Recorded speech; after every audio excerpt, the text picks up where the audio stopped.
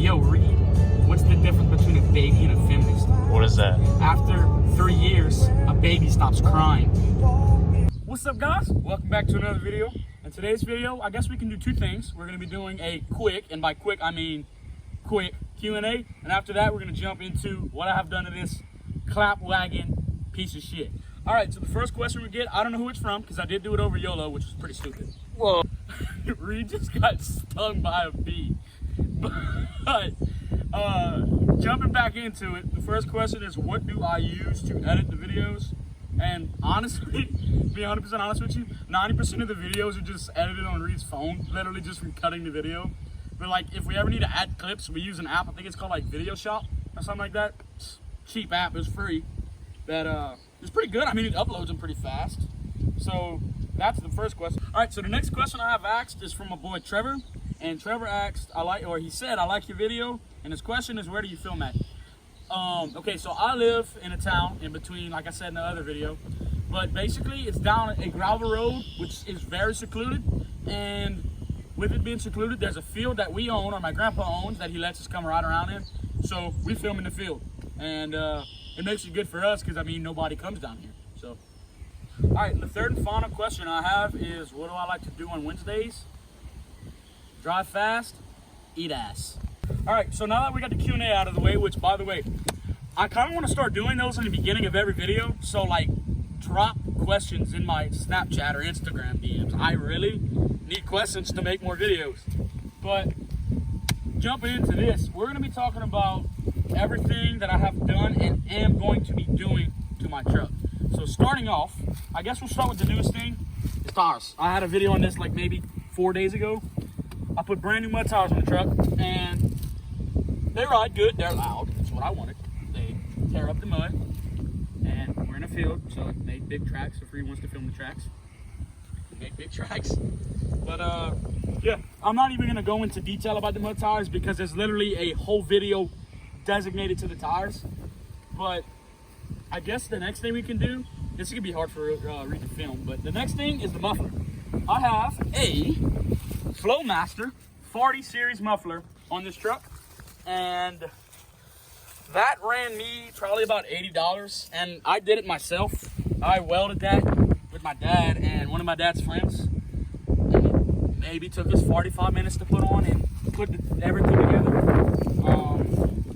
So that is probably like the most significant thing on the truck, because that's what people know me by. Because that truck, it's not really too loud, but I mean, if you hear me roll by, you're gonna hear that over anything. All right, so the next major things that is done to this truck is it has a mild converter, and I'm pretty sure it has like a low, it's a low stall converter, and it has a small shift kit in it. So like whenever I take off, it kind of jumps a little bit.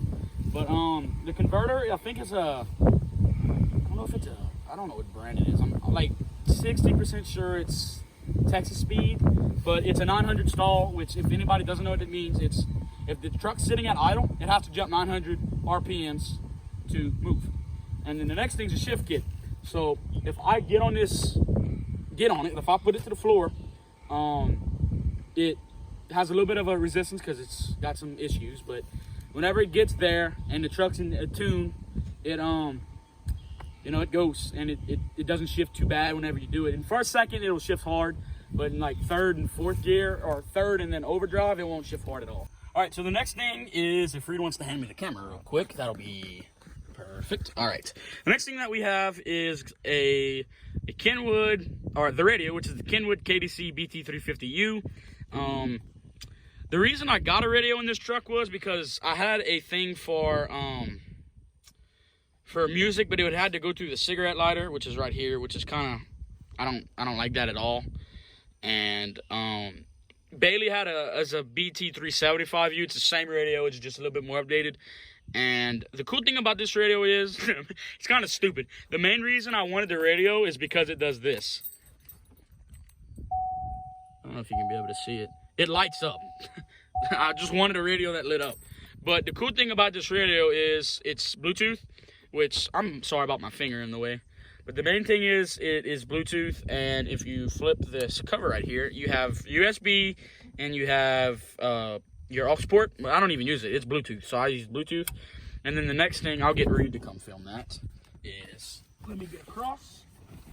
And the next thing that goes along with the video is going to be the door speakers. Big shout out to Carly, because somebody decided it'd be a good idea to open the Coke and, you know, spill it all over the housing for the speaker. But they're like maybe 6-inch Kenwood. They were cheap. They're like 75 bucks for more. 2 Kenwood door speakers, and they bump. I mean, for a truck this old, you don't need anything fancy. So for me, they do good. I'm probably gonna be getting some speakers or some subs in the back, but those are cheap. They're like 75 bucks for a set. So that's the door speakers. All right, so the next thing we're gonna be talking about the engine. I got a couple things I did under here. My short ass can't even open the hood all the way, so I'll get Reed to help me with that. Pop the hood open. Smarty, thank you.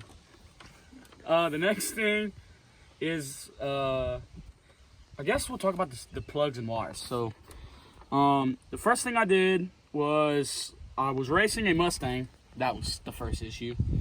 It was a 5.0, and what happened was it's going about 115 miles per hour. It's not smart. Don't do that, especially not in a pickup truck. Well, I was driving down the road, and then the truck, it sounded like it was misfiring, and at the end, it sounded like it was knocking. So I thought I blew the engine up.